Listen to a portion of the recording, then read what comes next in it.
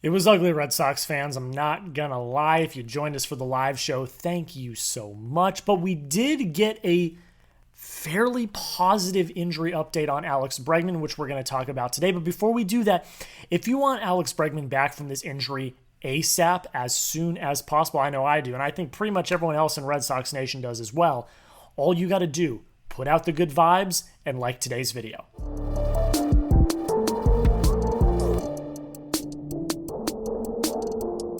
Welcome into this edition of the Red Sox Rundown. I'm your host, Jack, and again, like I said, if you joined us for the live show last night, thank you so much. It was a great time. My voice is still shot, I am recording this as soon as I got home. I'm still wearing what I wore during the show, and we're going to talk about it. We're going to talk about the game last night. We're going to talk about these injury updates that are really pretty significant, and then we're going to be on our happy, merry way. Let's get into the injury updates first. Alex Cora spoke before the game, gave us some injury updates, and some fairly significant ones at that. The first one was about Tanner Houck. He said he hasn't even started throwing yet. I don't think we're going to see Houck for a while. I think that Houck really was struggling. I don't know if that injury is real or not. We haven't really seen anything to tell us differently. I do still think it was a phantom IL thing, but he still needs time because he mightily struggled to start this season. So that is what it is. But the more specific one was around Kutter Crawford. So Kutter Crawford, I believe, was supposed to start a rehab start this past week, but got pulled from that because he had wrist pain or something of that effect. And he had his wrist examined in Boston over the past few days. And thankfully, there was no structural damage. Everything seems okay, nothing crazy. He's currently back in Fort Myers, and he is expected to throw another bullpen over the weekend. I think he's getting close. I don't know if he's like, a week out or a few days. I think he's probably still, a few weeks out, but he's significantly closer to a rehab start than I think we were prepared for. I don't think anyone knew really when we were going to see Kutter at all this year. And for him to be as close as he is, and even having, a bit of a scare, over the past few days, having him back, with the state of the rotation right now, I don't think we thought at the beginning of the season we were going to need him back as soon as we do.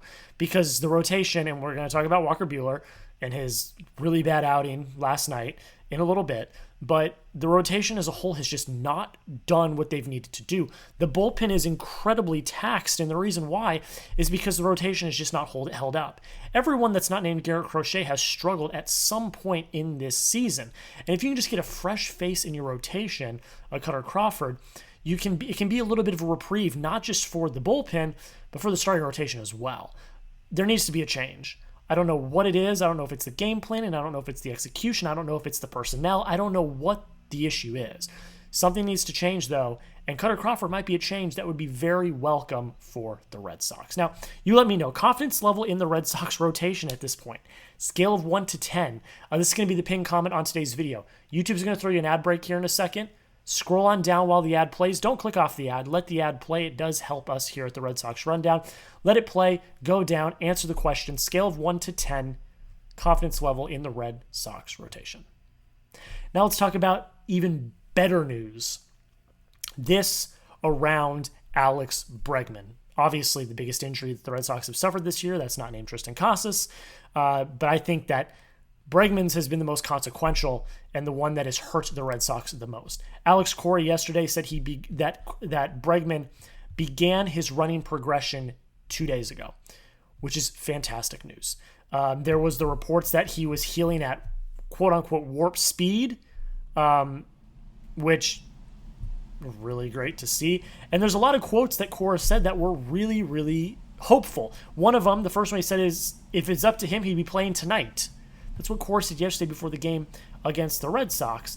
And he said he's going through the progression compared to when he got hurt before with Houston. He feels a lot better, which is great news. And a little bit more from Cora. He said he's locked in. He has a date on his mind. We don't know what that date is. He said we just have to keep working. Obviously, we don't want to rush it, and we have to be very diligent with it, but he's feeling great. The fact that he's just feeling great, the fact that he has a date on his mind is really good news. And then Cora was asked if it's fair to say that it has gone better than expected so far. Cora replied, yeah, I think so. So from all accounts, it seems like Alex Bregman is well ahead of schedule. He is reacting very well to his rehab, and he's already doing a running program, which means that he is healing much faster than the last injury that he had in Houston, which he missed 50-plus games when that happened. He's already missed a few weeks, and he's going to miss. I don't think he's coming back in the immediate future, but I think if you can get him back closer than you originally thought, that might be a little bit of gasoline that this car needs to maybe make a push to the playoffs at the end of the year. Now, it's easier said than done. The Red Sox have a very daunting schedule for the rest of the next 2 weeks. They still play the Yankees 5 of the next 8 games. But the Red Sox eke out a few of those games, kind of stay around that 500. You get Bregman back, your rotation starts to figure it out a little bit. There might be a little bit of optimism around Red Sox Nation. But Bregman coming back is the first major step that needs to happen. And if that happens, we might be cooking. I don't want to say that yet. I'm still highly pessimistic.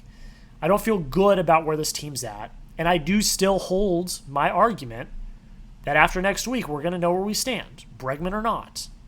But getting Bregman back is better than not having him. That might win you a few more games that you might have lost without him. So, all good news. Nothing bad about this news. It's a very positive injury update day for the Red Sox fans. Does Alex Bregman get back earlier than expected? Y for yes, N for no. Let me know down below in the comments. Type Y if you think he will. Type N if you think he won't. From all reports, it seems like he is, so I'm smashing my Y down in the comments. But you let me know. I want to hear from you. Get down in the comments and let me know.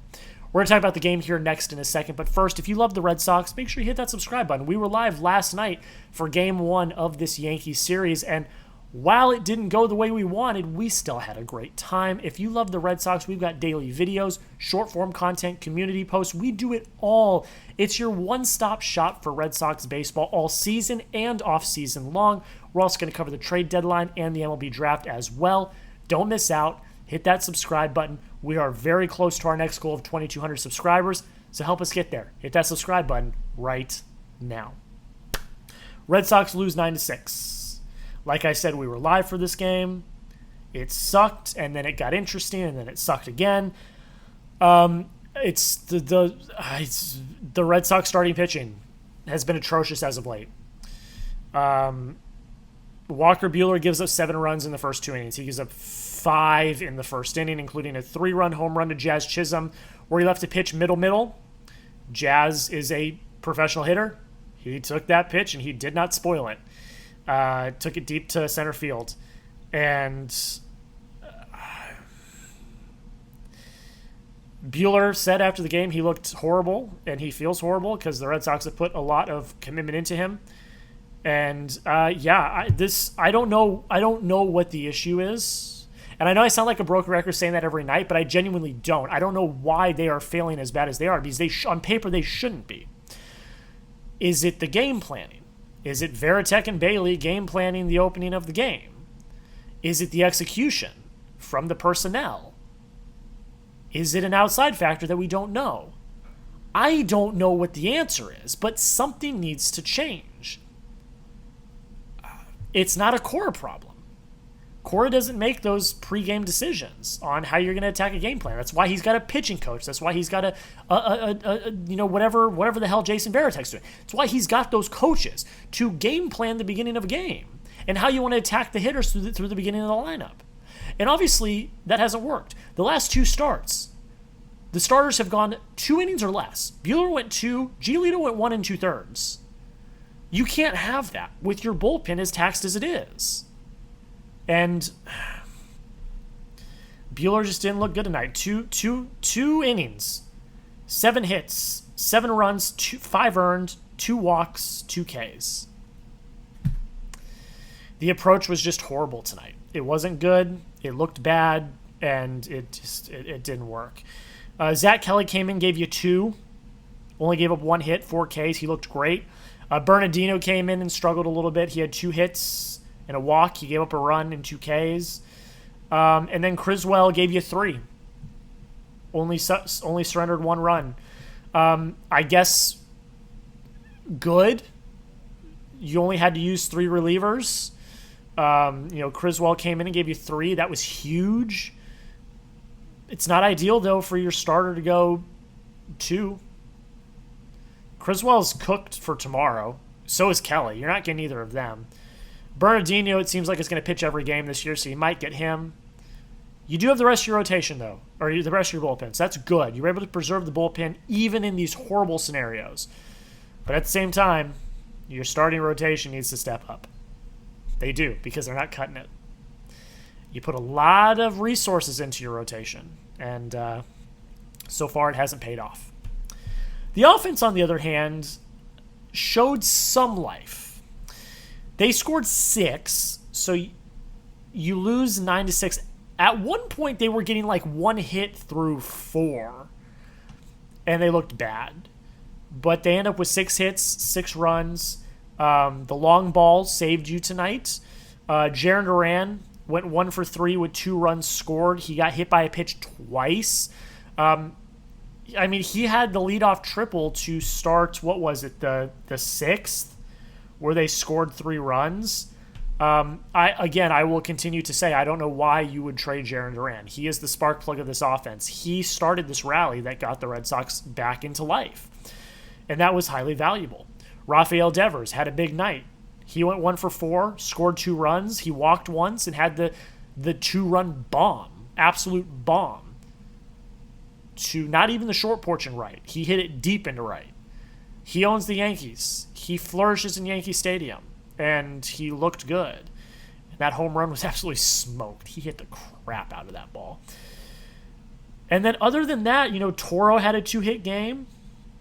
That was kind of it. Trevor Story's a liability once again. He needs to be DFA'd at this point. I literally tweeted it in all caps. DFA Trevor Story right now. He's not good. His defense struggled tonight, and his hitting is non-existent.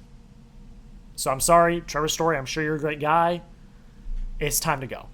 It's time to go. But the one major positive, you did rally, you did score 6. Great. Rafael Devers did what he does. Great. The one big positive tonight was Marcelo Meyer. 1 for 2, 1 run. Where did his stallion? There it is. 1 run, 1 RBI. He hit his first major league home run. It was absolutely awesome. He smoked it. It was great to see. Whenever the Rook gets their first home run under their belt, no matter what the circumstance, it's always something that should be celebrated. And why Cora decided to pinch hit for him instead of Trevor Story, I will never understand. Now, Romy came in and got a 2-run single, which was huge, but then you've got Story coming up next, and then he does absolutely nothing. I don't understand that play. Meyer just smoked his first career home run. He is the hot hand, and Story had done nothing for you that night. So, while I defend Cora a lot, I cannot defend that decision from him. Why are you pinch hitting for Marcelo Meyer, who has the hot hand tonight, and you're keeping in Trevor Story, who is cold as ice? That doesn't make any sense for me. The offense did everything it could have. Could it have done more? Yes. But you score 6, and on most nights that wins you the ball game. If Walker Buehler doesn't go out and absolutely implode and give up 7 runs in the first 2 innings, you win this ball game. Because they only scored 2 runs after that. But alas, your starting pitcher screws you again. And the Red Sox are now 10.5 back in the East. It's not great. It's not great. But let's end on a high note. Show Marcelo Meyer some love. First major league knock, first major league home run. He smoked it, and he showed some life tonight, which was really great to see. He also had a great defensive play as well.